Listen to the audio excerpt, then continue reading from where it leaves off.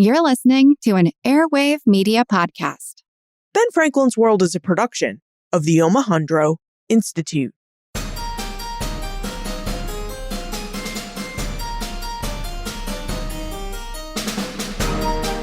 Hello, and welcome to episode 307 of Ben Franklin's World, the podcast dedicated to helping you learn more about how the people and events of our early American past have shaped the present-day world we live in. And I'm your host, Liz Covart. The story of the founding of the United States is a familiar one. It usually, although not always, begins with the founding of Jamestown, Virginia in 1607, describes the founding and development of 13 British North American colonies, discusses the growth of trade and periods of imperial warfare, and then delves into the imperial reforms and conflicts that caused colonists to respond with violent and vociferous protests during the 1760s and 1770s. From there, we know that the War for Independence began when shots were fired at Lexington Green in April 1775. In July 1776, the rebellious Americans declared their independence from Great Britain. And from that time until independence was secured with the Treaty of Paris in 1783, Americans persevered through tough military and political situations to overcome all the odds stacked against them. Have you ever wondered where this familiar narrative came from and why it was developed? One historian who has wondered about the origins of this narrative is Michael Hattem. Michael is a historian of early America who has a research specialty in the age and memory of the American Revolution. And today he joins us so that we can investigate the creation of this grand narrative about the Revolution and the founding of the United States by sharing details from his book, Past and Prologue, Politics and Memory in the American Revolution. So, during our investigation into this story, Michael reveals the idea that history broadly, and American history in particular, are constructions. How Americans who lived in revolutionary and post-revolutionary America viewed and related to the past and history, and how and why the United States' first historians used the events of the past to fashion a new history and history culture for their new nation. But first, have you subscribed to the Ben Franklin's World subscription program? The Ben Franklin's World subscription program is a program that helps support the production of this podcast. It's a program that helps the Omohundro Institute keep this podcast going. The digital audio team and I regularly invest 1 hour of labor into each minute you hear on this show. Plus, while consuming a podcast may be free, producing one is decidedly not free. In addition to all of the labor we put into the show, we also have base costs for hosting audio files, the software we use to record our guests and edit the show. Plus, every once in a while, we need to invest in new equipment, music, and sound effects to produce the show. The Ben Franklin's World subscription program is a way that you can help us support and cover these costs.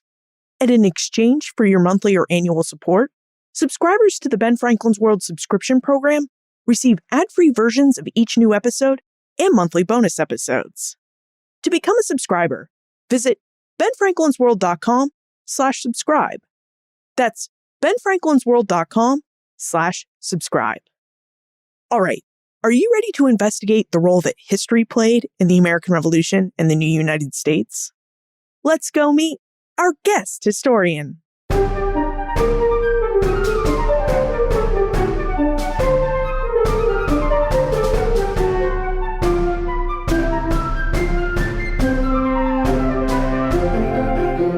Joining us is a historian of early America who works as an associate director of the Yale New Haven Teachers Institute. His research interests are in the cultural memory of the American Revolution and in early America more broadly.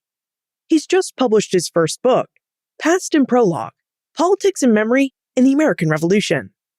Welcome back to Ben Franklin's World, Michael Hattem. Thank you, Liz. Thanks for having me back.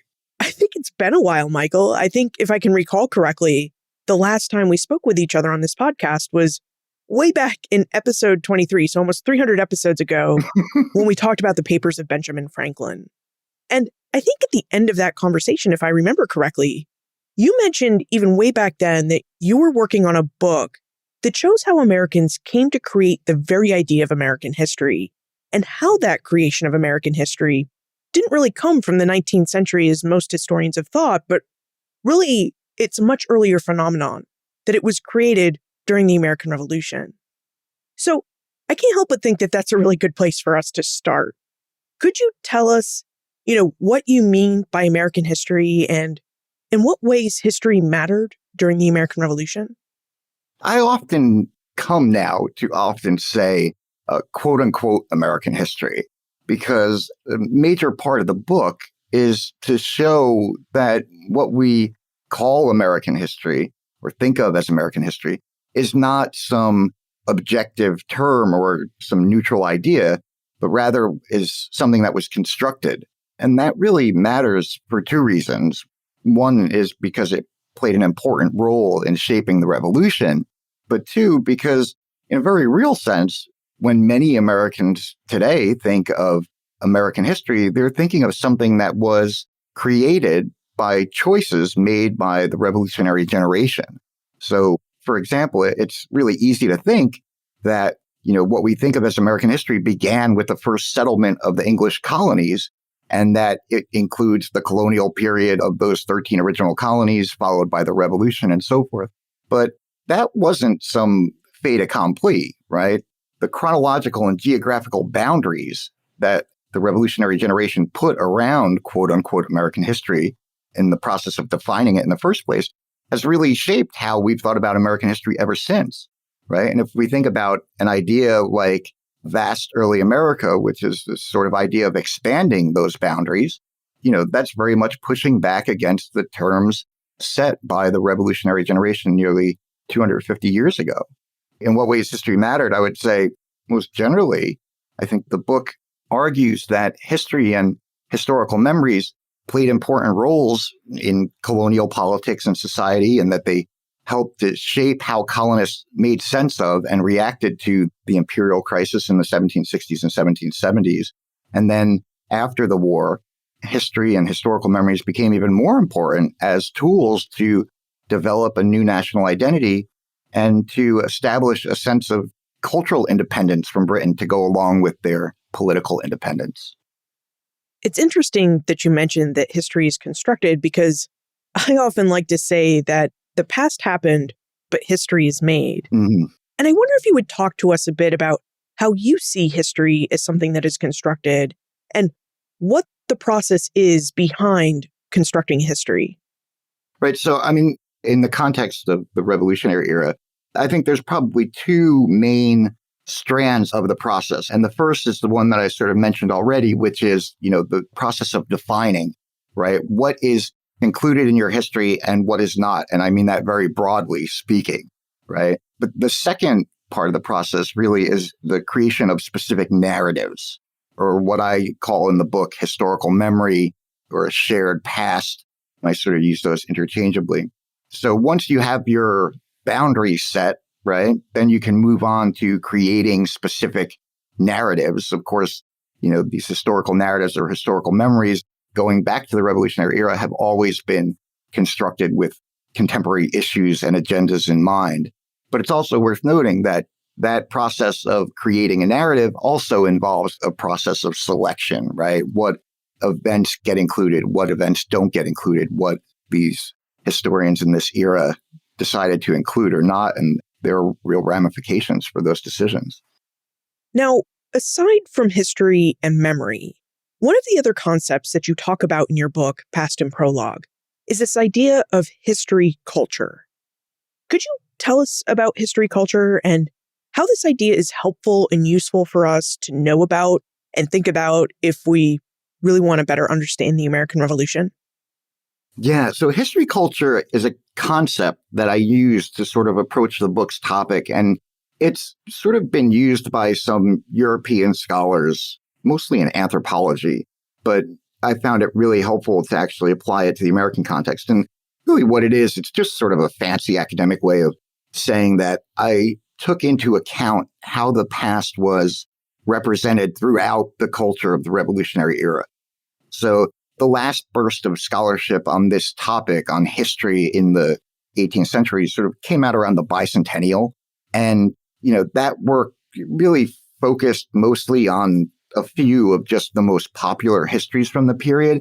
And so I wanted to get beyond that limited perspective and get a broader sense of how the society related to their past. And so I looked at how history was used and represented in political writings during the imperial crisis. And then after the war, when American sort of cultural production really exploded, I looked at how it was used in things like poetry and fiction and drama and art and almanacs and school books. I also sort of looked beyond books to see how it's represented in magazines and newspapers and broadsides. And sort of like the concept of print culture, I also went and looked at the relationships between the people who were producing all of this historical themed content in all of these genres and the institutions that they created at the time. And so I think that as a concept, it's really helpful because it allows us to sort of get beyond just a few historical works and to think more broadly about how Americans of the Revolutionary era understood and related to the past. And that's really important for understanding the revolution because how Americans understood and related to the past really changed in a variety of ways over the course of the era. And the book really tries to show these changes over time and how those changes in thinking about the past, both shaped and were shaped by the politics of the revolution. It's just fascinating to think about history being used as a tool, not only to shape and create a shared culture, a history culture, if you will, but also in the ways that we think about the past. And I think this is something that can best be illustrated if we talk more specifically about the American Revolution and the early Republic. So at the outset of Past and Prologue, Michael's book, right in the introduction, Michael notes that one of the most important questions to answer about the American Revolution is how did the colonists go from thinking of themselves as British subjects to thinking of themselves as American citizens in less than 20 years? So, Michael, what is your answer to this most elemental question of the American Revolution, and what role did historical memory and history culture play in making this transition in thought possible? Yeah, so this is a fascinating question, and it's one that has had, the answers change over time, right? So if we think back to the famous John Adams quote from the early 19th century, where he says that the war was no part of the revolution, right? Because the real revolution was the changes in the minds of the people. He's basically talking about at least the beginning of this transition in civic identity from British subject to American citizen, right? Now, for much of the 19th century and well into the 20th century, many historians thought that an American national identity had been developing throughout the colonial period. And because of that, it was already developed by the time of independence. But really recently, in recent years, many historians have pushed back against that idea and instead have argued that an American national identity really didn't start to emerge until after the war, which is to say that they see American national identity as basically a product of the early republic. And in my book, I'm trying to basically split the difference between those two extremes. And I'm arguing that a shared civic identity did begin to emerge in the 1760s and 1770s before independence because of the political crisis, and that continued after the war. How that transition happened in the book, I argue that history culture and changing historical memories played a really important role in the cultural part of this transition. So, for example, because of the actions of Parliament in the 1760s and 1770s, I argue that colonists began to think about the Glorious Revolution differently. And that's important because the Glorious Revolution really served as the foundation of British civic identity, which is really not wholly unlike, how the American Revolution has served as a foundation for American civic identity for a very long time. And when Parliament begins to pass all kinds of unprecedented legislation in this time, colonists start to think about this foundational event very differently. So what happens is basically their experiences during the crisis really call into question the meaning of an event that had been fundamental to their identity as subjects of, the most successful empire in the world. And if you stop and think about it, that's a very sort of psychologically discomforting experience to go through, right? And we have some contemporary analog to that right now in that, many Americans today are questioning the meaning of the American Revolution and the importance of its legacy and its place, sort of in our civic culture.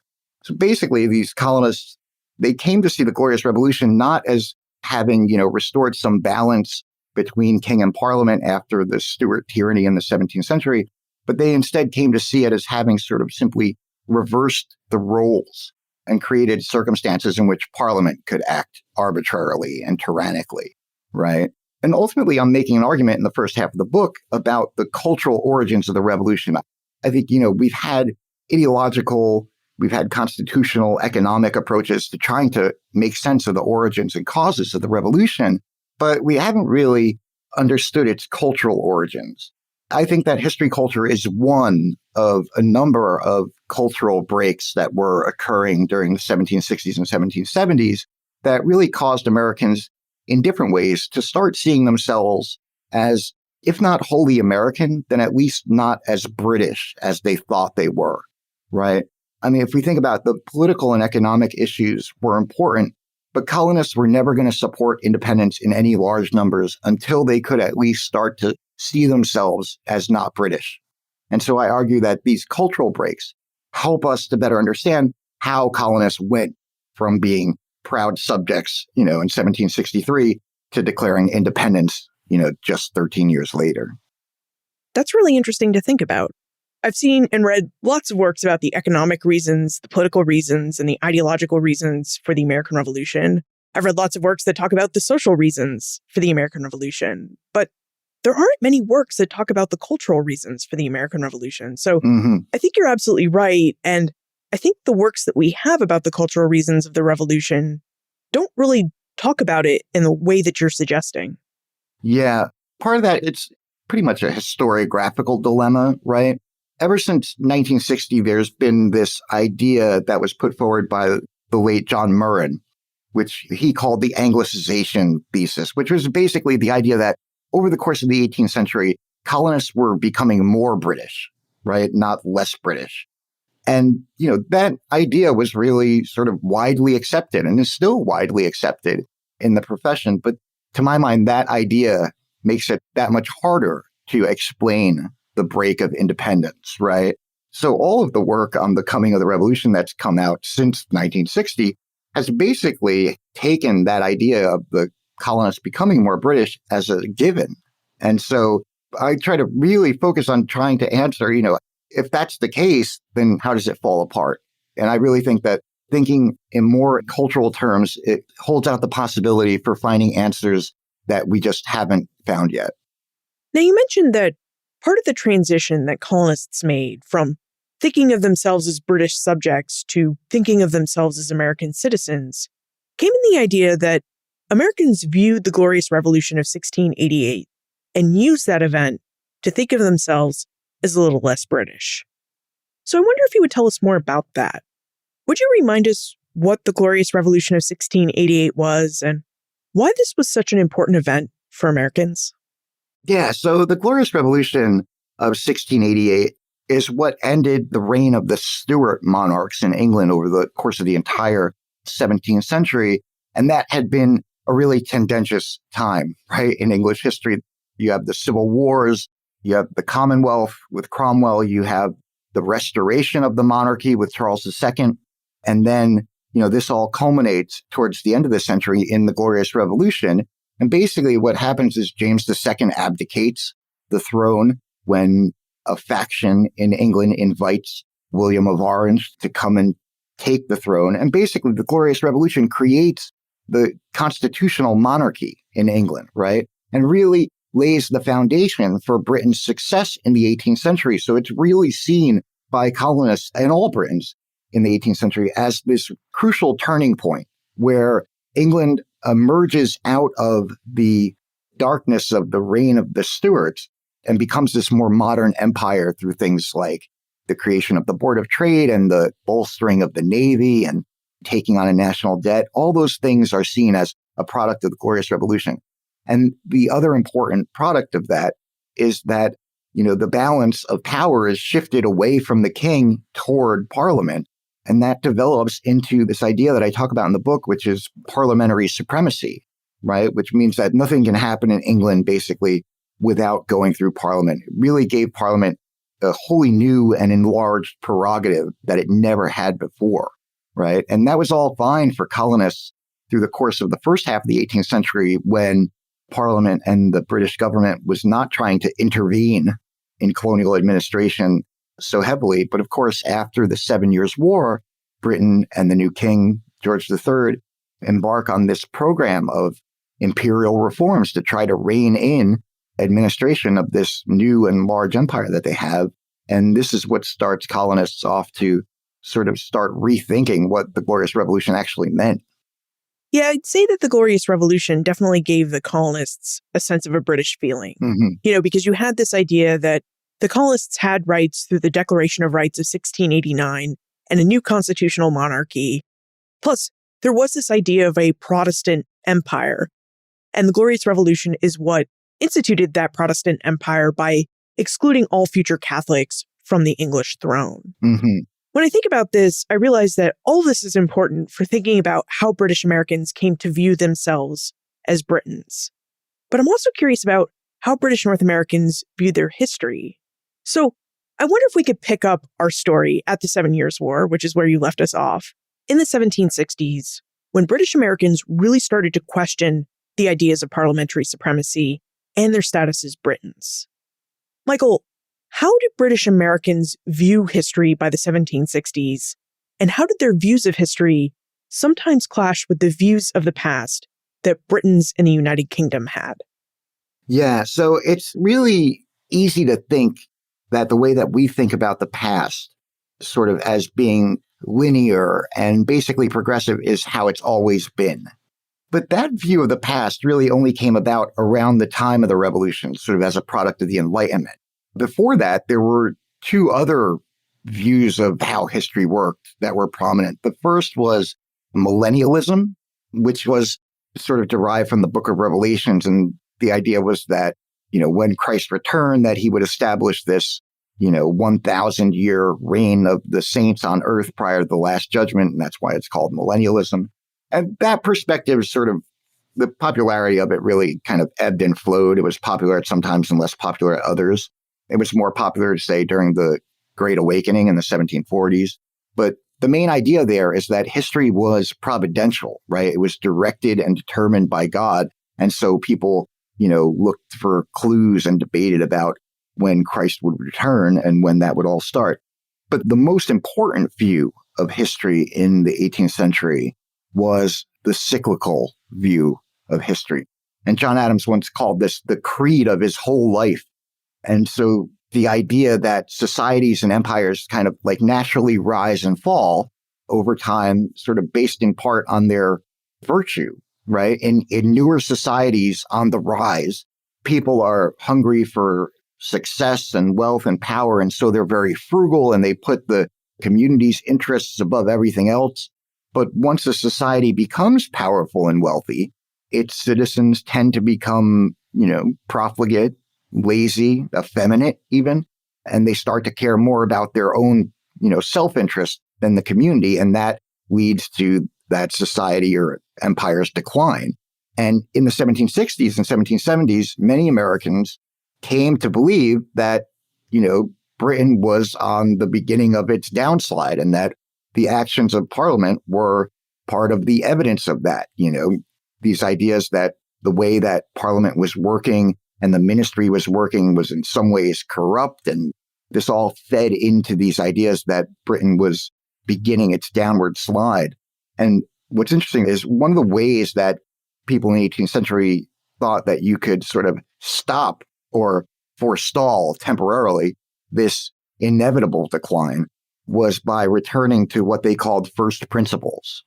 Now, for Britons, that meant the British Constitution, the Glorious Revolution. And if you think about it, that cultural inclination really is still very much with us. You can see it in sort of things like originalism or the Tea Party, right? Those are expressions of this idea of first principles. It's still very much part of our culture. And I want to say that the other important part of this cyclical idea was that there were three sort of pure forms of government, right? Monarchy, aristocracy, and democracy. And if you have just one of those and you sort of leave it to its own devices, that they're always going to devolve into their sort of, malignant forms. So monarchy becomes tyranny, right? Aristocracy becomes oligarchy, and democracy becomes anarchy.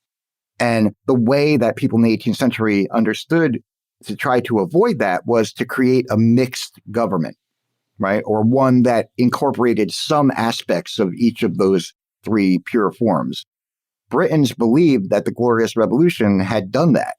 But obviously, Americans came to question whether that was the case. And you can see the importance of it in the Constitution and the eventual structure of the federal government. That's really good to think about. How history was viewed differently back in the 17th and 18th centuries from how we view it today. Mm-hmm. And I think it's also a good example of how each generation, even as far back as the 17th and 18th centuries, has viewed the past through different lenses, which have always been influenced by whatever the present day circumstances were at the time history was viewed. I mean, they related to the past differently in the 18th century for a number of reasons. I mean, one is historical distance in the 18th century was much less than we might imagine. I mean, our sense of historical distance, which is basically like how far away a point in the past seems from you in the present, right? Historical distance in the 18th century was really truncated because if you think about it, the basic rhythms of people's daily lives weren't all that different for the 98% of people who lived on farms than their ancestors of hundreds of years earlier. And so that had a sort of effect, in a sense, compressing historical distance. So the past didn't really seem as far away to them as we might assume, because our sense of historical distance is really exaggerated, especially in the 20th and 21st centuries because of, technological developments and things like that.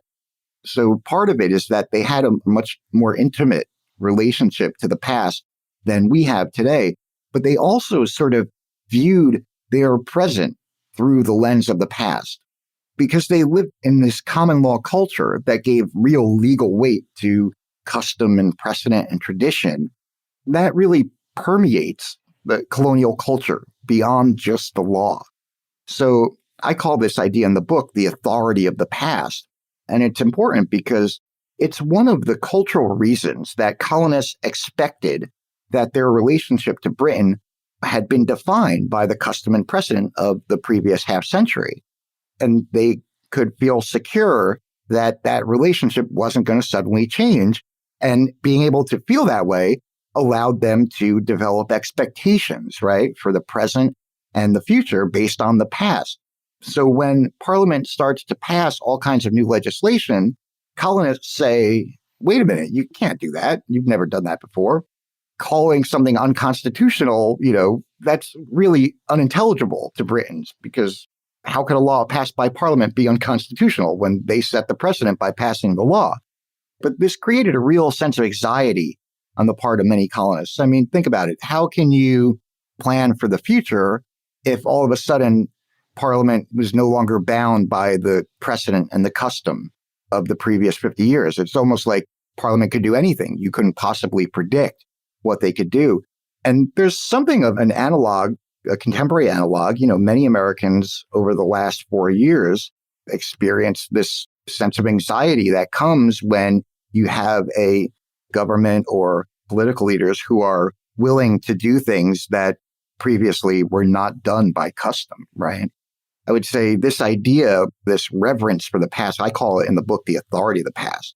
The reason that it becomes a problem is because colonists had inherited this idea, right, from their ancestors who came to the colonies in the 17th century when it had real cultural power in England.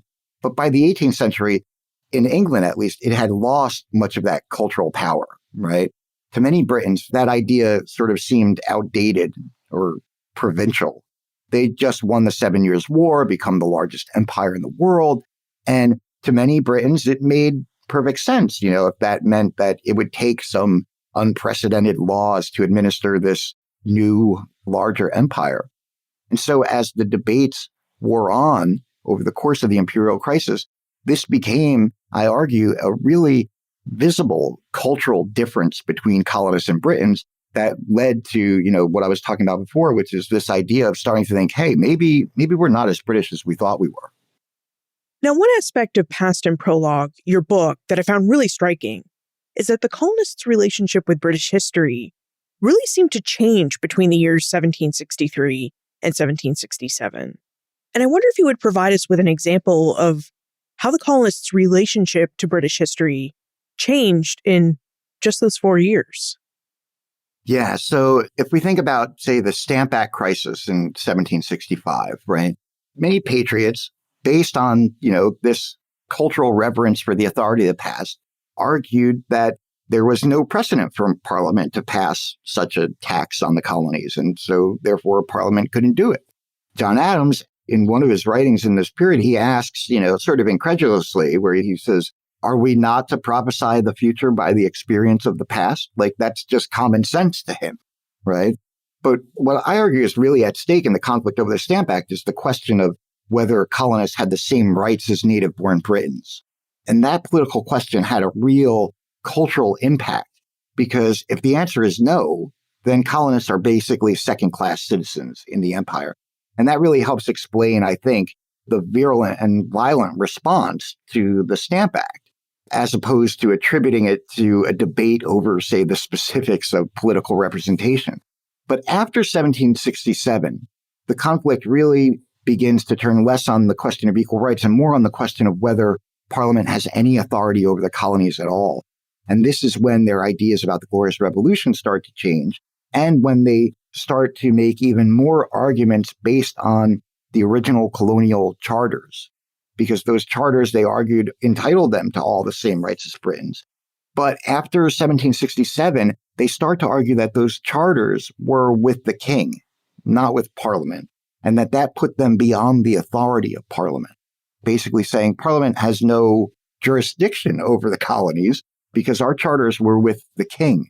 So that's another way. And the other, I think, really sort of big change that I saw that was somewhat surprising was that it was really only after 1772 or 1773 that we begin to see natural rights arguments really, take precedence over these historical arguments that colonists had been making.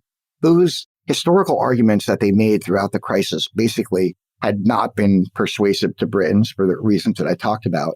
So they basically adopt this natural rights rhetoric as a way of still arguing the same principles from before, but instead by now they're attributing them to natural law. So they sort of universalize those principles and detach them from the British past. So there comes this part in the crisis in just a few years before independence where they adopt these natural rights arguments in part because their historical arguments were being, less than effective. As we've been talking about, and I think as we can see through some of Michael's examples, British Americans used history as a tool to better understand the imperial crisis and their fight for independence. Now, as Matt observes, the people who were living in Great Britain's 13 North American colonies, they came from all over Europe and Africa, and they lived amongst very diverse Native American peoples. Mm-hmm. So, Michael, Matt wonders what role the diverse ethnicities and cultural origins of early America's Africans, Europeans, and Native Americans, what role those diverse ethnicities and cultural origins played in forging a national identity that was distinct from a British identity? Yeah, so that's a really fascinating and important question, right? So my book focuses on the creation of this national identity. And it is true that, the population of British North America in, say, the mid-18th century is incredibly diverse. There are colonists from all parts of Europe in the British American colonies. But what I found was, and there's a ton of room to do more work on this, but what I found was, that it's important to make this distinction between, say, ethnic and civic identity, right? So you could be ethnically Scotch-Irish or ethnically Irish or ethnically German or Dutch or whatever, and you could retain those ethnic identities for quite a long time in the colonies. But most of those groups adopt the British civic identity, which is to say that they're not mutually exclusive, this ethnic identity and this British civic identity. And part of the reason that they do that is because, yes, they're living in a British colony, but also because the British Empire is very successful. And the colonies over the course of the decades leading up to the revolution are very successful. So even if you're a colonist who, say, came over from somewhere in what would later become Germany or from Scotland or whatever, you still felt yourself in a civic sense now to be a subject of the British Empire. And in most cases, at least for European descended colonists, that was a good thing relative to where they had come from. So, you could maintain your ethnic identity while also still developing this new British civic identity. And now that we've discussed a little bit about ethnic and civic identities, I think we should talk about national identity. So as Michael describes in his book, Past and Prologue, Americans didn't just use history to better understand the imperial crisis and to create a sense of unity around their fight for independence. Americans also used history and history culture to help forge and unite the new nation of the United States. So after we take a moment to talk about our episode sponsors, we'll ask Michael how Americans used history and history culture to create a sense of common identity and common nationality as Americans. I think it's been really interesting to hear Michael tell us about how British Americans used history as a tool to help them wrap their minds around the imperial crisis, as a tool that they could use to frame and understand the events that were going on around them, and even as a tool that could help provide context for how they came to their present revolutionary situation. And this is why I think it's so fitting that one of our episode sponsors is BetterHelp. Because BetterHelp has lots of tools that we can use to better understand ourselves and what may be weighing on or troubling our minds. Now, if you're not familiar with BetterHelp, BetterHelp is an affordable professional counseling service done securely online. If something's interfering with your happiness or preventing you from achieving your goals, BetterHelp can help you by assessing your needs and matching you with your own licensed professional therapist. And once you're matched, you can message your counselor at any time. And if you don't like your counselor for any reason, BetterHelp is committed to helping you find the right counselor free of charge. Now, BetterHelp's licensed professional counselors are people who specialize in many different areas. They can help you with depression, stress and anxiety, relationships, sleep, trauma, anger, family conflicts, and so much more. Plus, anything you share with your counselor is confidential. And have I mentioned how this service is really convenient because it's all done online? Start living a happier life today. As a listener, you'll get 10% off your first month by visiting our sponsor at betterhelp.com/Ben Franklin. Join over 1 million people who have taken charge of their mental health.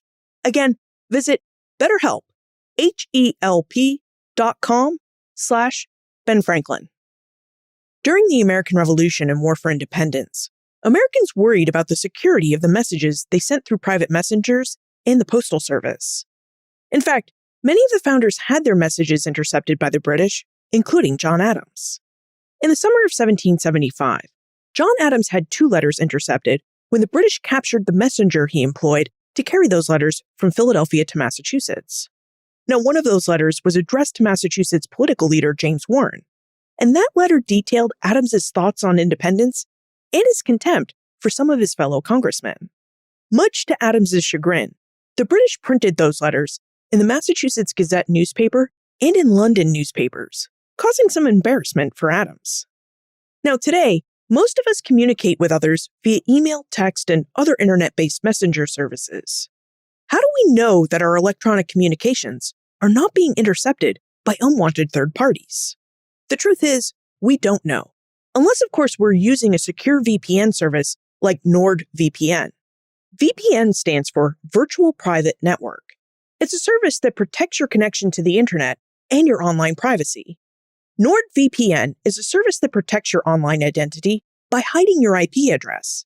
Your IP address is that string of numbers that allows your device to communicate with the internet. And NordVPN hides your IP address so that you can use the internet securely and without fear that your electronic communications, your data, or your web browsing will be intercepted. NordVPN protects you from this kind of digital theft by encrypting your internet traffic. It makes it so third parties or your internet service provider can't see what you're doing online or who you're communicating with, which means your data and communications are secure and your internet service provider can't throttle your upload speeds when you connect to file-sharing services or engage in virtual gaming. Everyone deserves a secure and unrestricted internet. NordVPN makes this idea a reality. To find out more about NordVPN, visit nordvpn.com/BFW. And when you visit nordvpn.com/BFW, NordVPN will offer you a substantial discount of 73% off a 2-year subscription, bringing the cost of your online security to $89 for 2 years. Protect your data and your identity. Visit nordvpn.com/BFW. Michael, how did Americans use history and history culture to create a sense of common identity and common nationality as Americans? I mean, the importance of the past grows even more after the war. So in 1783, right, the war is over, independence is secured, and Americans basically had a new nation whose history went back only 7 years. So the question became sort of, how do you incorporate a dependent colonial past into the national history of a new independent republic, right? And part of the ways that they did that is centered around these two really key political issues after the war. And the first of those is the idea of unity between the people of the new states and the new states themselves in this new sort of confederal system. So there's this idea of unity, and then there's also this idea of needing to establish some sense of cultural independence to go along with their political independence. And so many people who, in the book, I call cultural nationalists, because they understood that as part of forging a new national identity, that the creation of a new national history could help address those issues of unity and independence. And so basically what we see after the war is historical cultural production, which is a sort of shorthand term that I use for any kind of cultural production that has historical themes or content. We see that really explode after the war, and not just in typical historical works. We see the use of historical themes and content really in all kinds of genres and forms. So we begin to see the first American poetry, fiction, and painting. And the national past, this idea of a national history, is really prominent in all of them.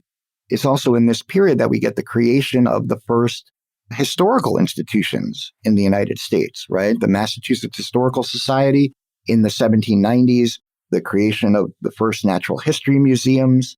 All of this starts to happen in this period, and all of it is part of this broader project of trying to create a sense of a national history that could also bolster the creation of a new national identity.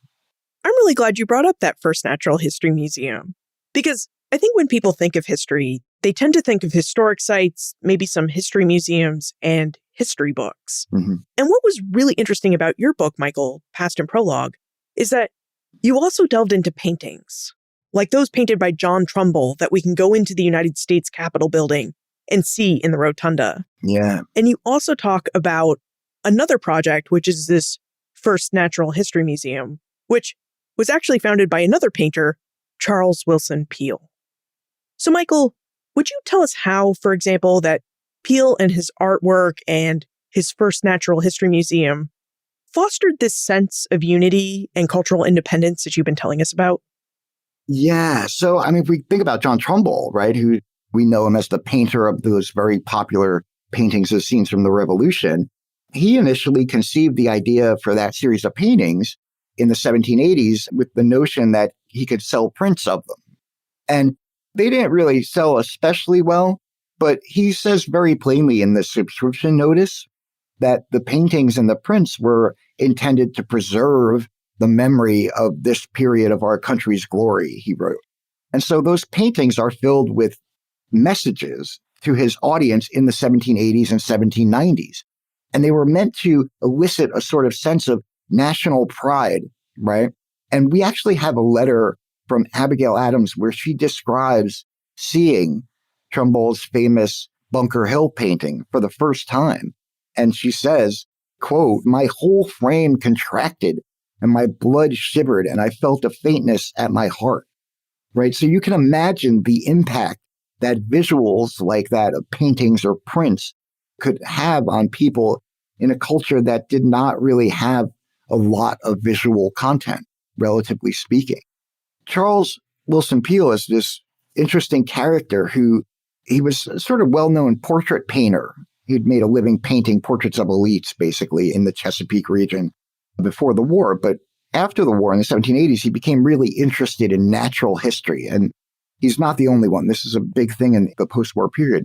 But those two interests with painting and natural history really collided in his museum, the Peale Museum, which is really the first natural history museum in the United States. It was in Philadelphia. When he established it in the 1780s, it's basically in his home. He had a wing of his home dedicated to being his museum. And then later, when it got more successful, it actually moved to the top floor of the State House of Independence Hall. But basically, we have some paintings of what the museum looked like inside by Peale and his son. And the main room was called the Long Room. And in the book, I have an image of a painting of the Long Room. And what you can see is, specimens lined up along the walls. So various specimens of animals and flora and fauna that were indigenous to North America, right? Lining the walls. But then you can also see that on top, along the top of the walls, are these really ornately gold-framed portraits of Revolutionary War heroes. And most historians have assumed that the display was sort of inspired by, the science of the Enlightenment and the idea that, the pictures of the people were on top of the animals because that was how they stood in the natural world. But what Peale was really doing was creating this sort of visual connection, right, between the natural history of the continent and the history of the new nation and its revolutionary past. So in a sense, what he's doing is effectively nationalizing natural history or nationalizing the history of the land. And in the museum's catalog, he wrote explicitly that his goal was to promote, quote unquote, national happiness, right? So this also goes back to the idea of needing to establish some sense of cultural or historical independence from Britain, because you incorporate the history of the land itself into the history of the United States. And that gives you a way to sort of transcend, that previously dependent past and origins in the British Empire. I do think we can see from the examples that we were just talking about how artists like John Trumbull and Charles Willson Peale in his museum helped the United States create a sense of unity, and not just a sense of cultural independence, but also historical independence from Great Britain as well. And now I wonder if we could talk a little bit about the other form of history making, which is the form that we find in history books. Mm-hmm. Because it was during the 1790s and early 1800s that we really begin to see not just the first national histories of the United States being published, but also a lot of histories about specific states and regions. Yeah. So, Michael, could you talk to us about how state and regional history culture played a role in the development of this new national history culture for the new United States? Yeah. So there's sort of two questions, right? One has to do with these state and regional histories that are written, right? And I would say that really, I think the most common and defining feature of almost all of the state or regional histories that are written in the decades after the Revolution is the idea that they're part of a project of creating this national history. So the idea was that it's much easier to write a general history of the United States if histories have been written of the various states, because then they can be combined. And of course, in the 18th century, plagiarism is not a thing. So, in a lot of these general histories of the United States, they would just copy and paste large sections from these state and regional histories. And that was really not a problem at all. So really, the state and regional histories that are published, really, even though they're sort of localized in scope, their purpose still focuses on the creation of a national history.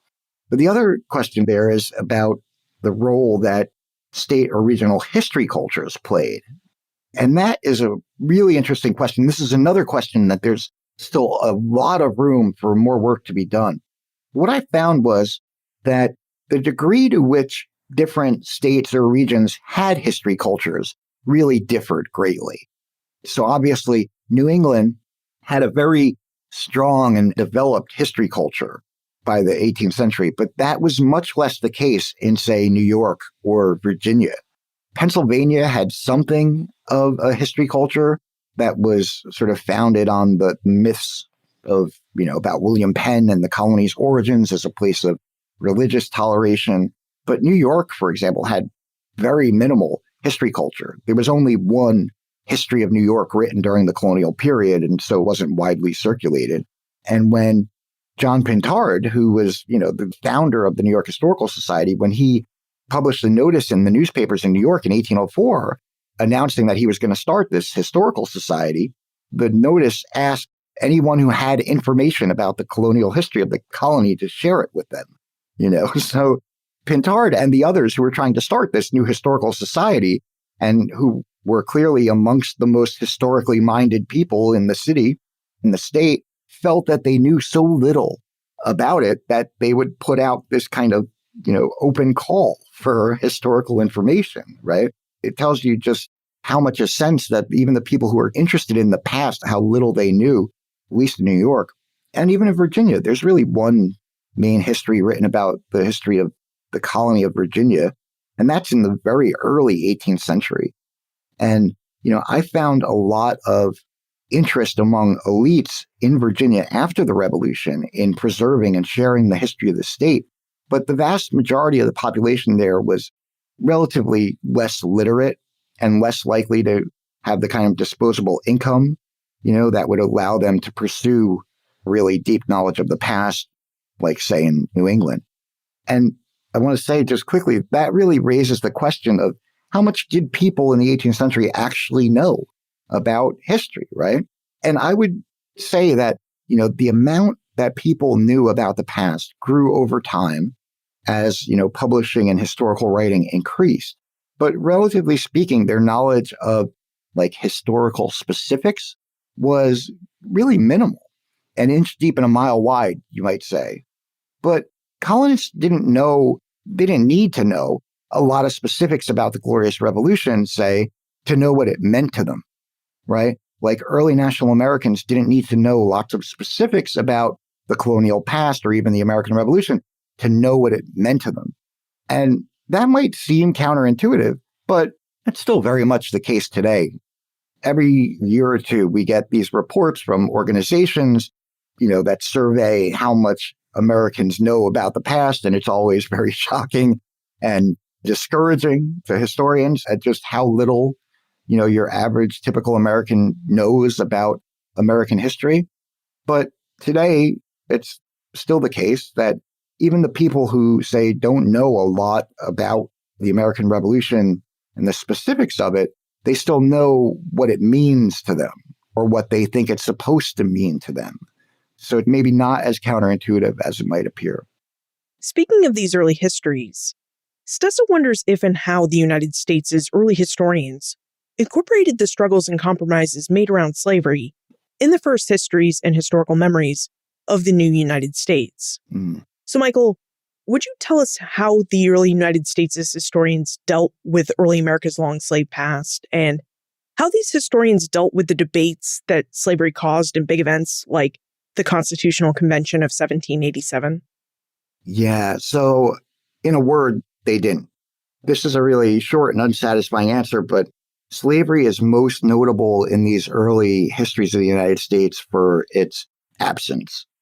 And not just in general histories of the United States, because in the late 18th or early 19th century, they might contain a mention about the first enslaved persons brought to Virginia, but then contain, nothing else about the development or practice of the institution or the lives of the enslaved persons. I'll give you a sort of sense of how extreme this absence was. In the early 19th century, John Daly Burke, who was an immigrant who had left Ireland after getting into some political trouble, and he spent some time in Boston as a playwright and some time in New York as publishing a newspaper. But by the early 19th century, he found himself in Virginia, and he was prevailed upon by some of the Virginia gentry to write the first state history of Virginia after the Revolution. And he did. He ultimately wrote a 3-volume history of Virginia, almost 1,000 pages. And you can count the mentions of slavery on one hand. So, this is the most developed slave society in North America. And in this 3-volume, 1,000-page history, it's barely even mentioned.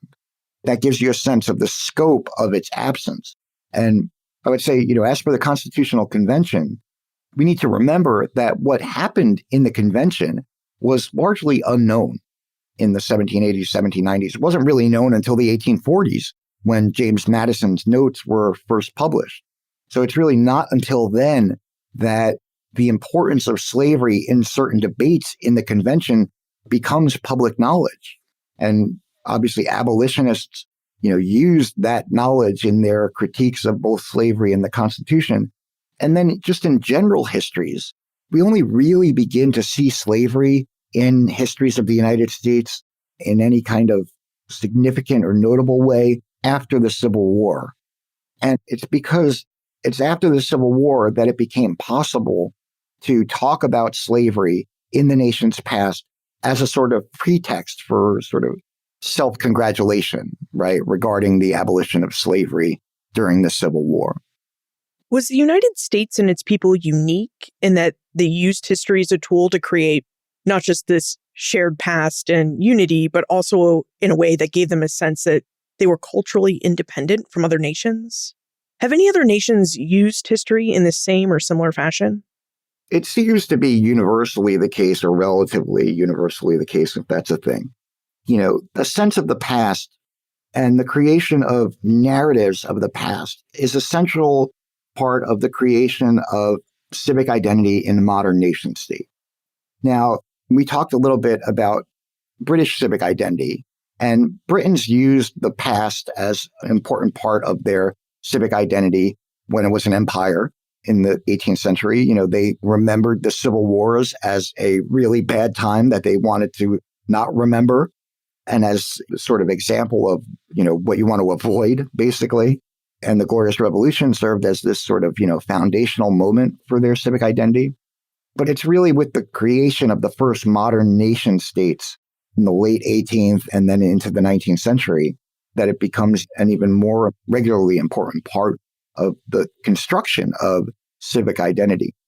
And the United States is sort of unique in some sense in the fact that, if you compare the development of nationalism in the United States to nationalism in Europe, the United States was in a weird situation of having had their historical origins documented, right? So the origins of England or France or whatever were really lost to time, but that wasn't the case in the United States.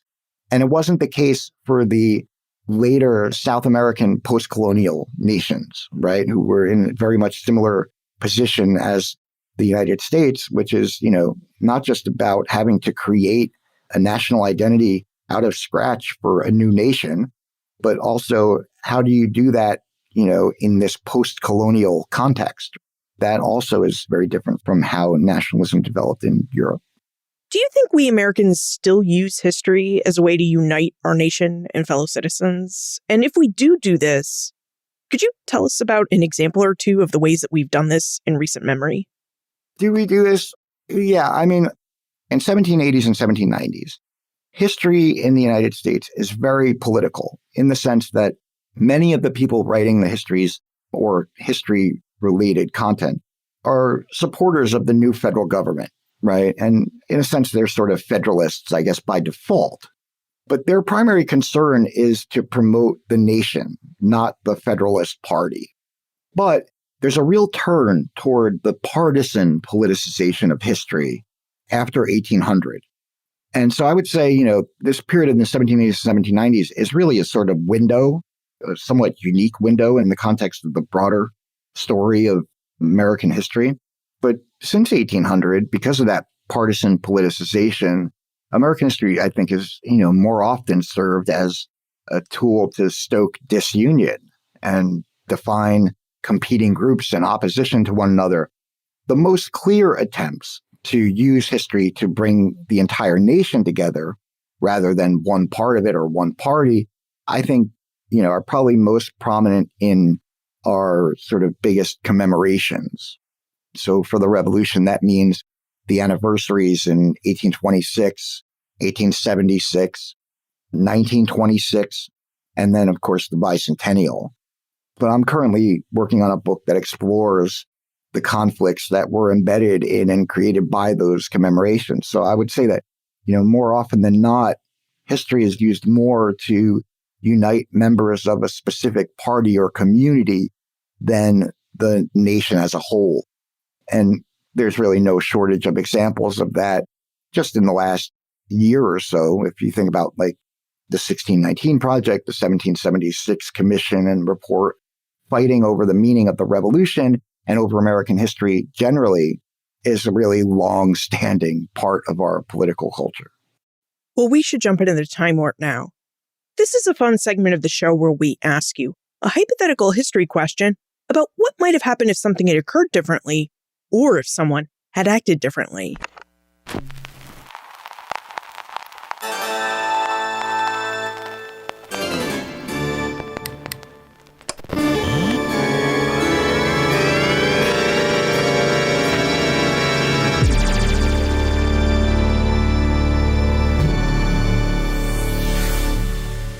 Michael, in your opinion, what might have happened if most of the earliest historians of the United States had hailed from Pennsylvania or Virginia instead of from New England?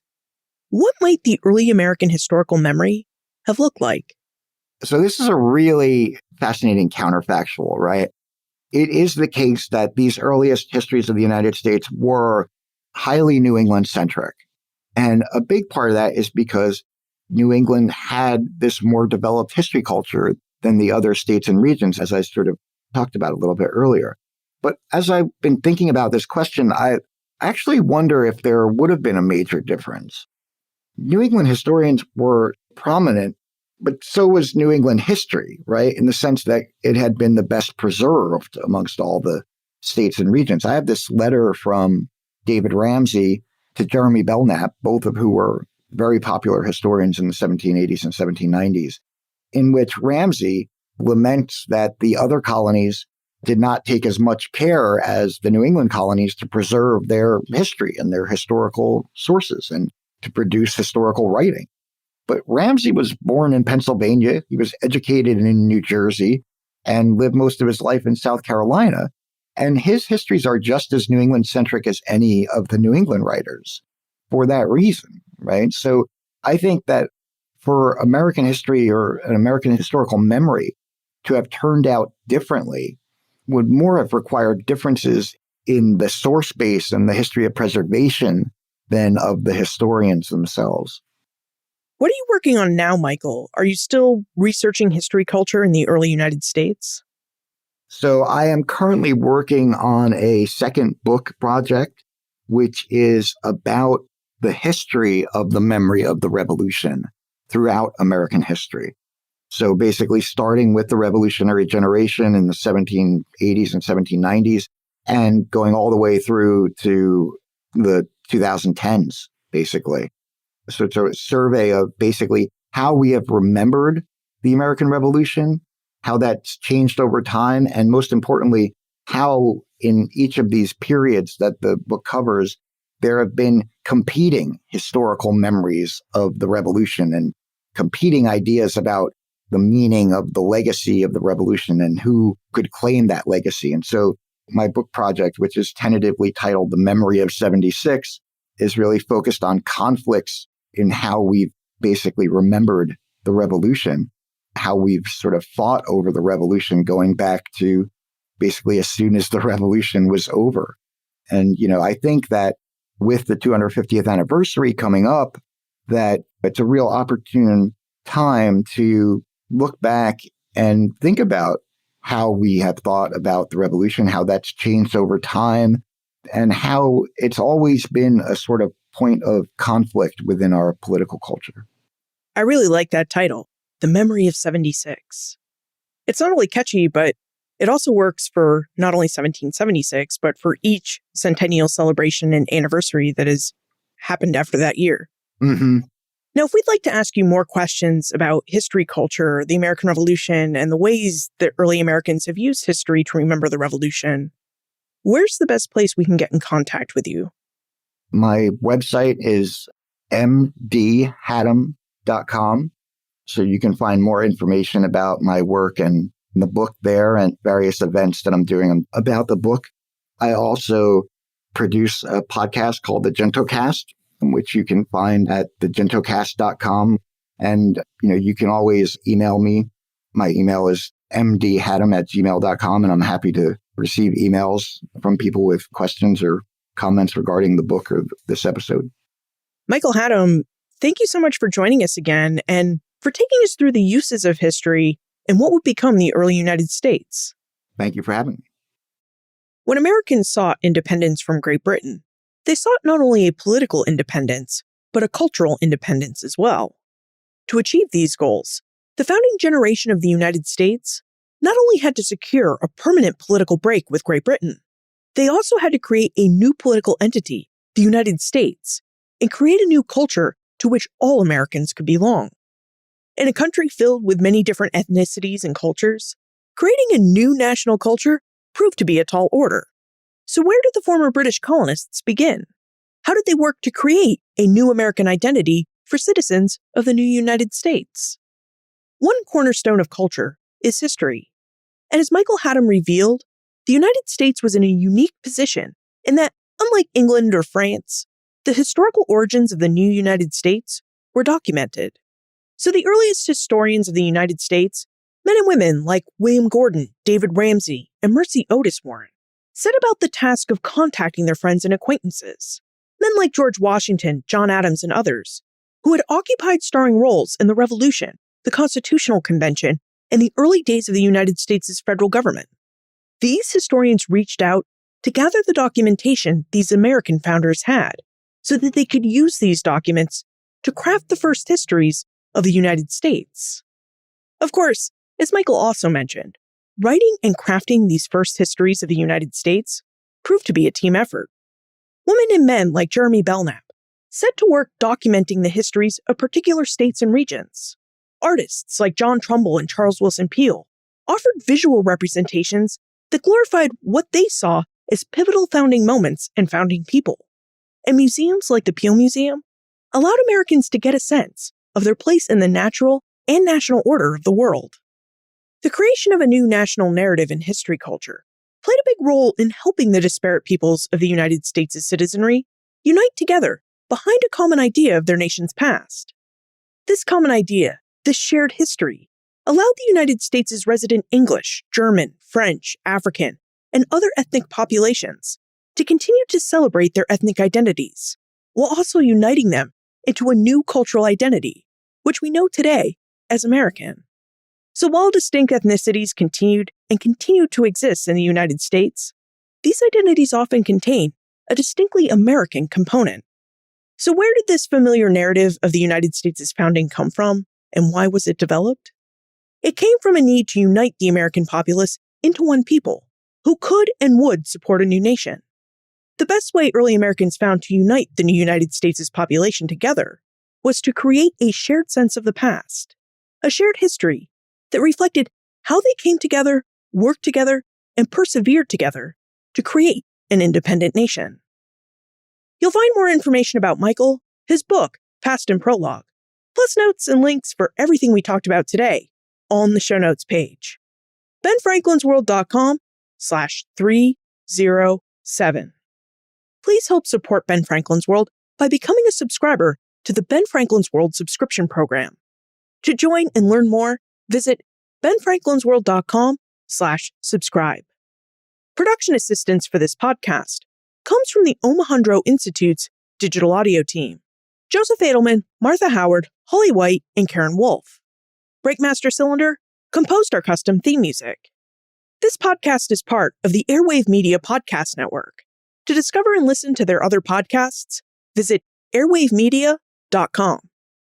Finally, have you seen or heard of any other instances where we Americans are still using history as a way to create unity, or perhaps even disunity, among its citizens? I'd love to know what you've come across, so please tell me. Liz@benfranklinsworld.com. Ben Franklin's World is a production of the Omohundro Institute.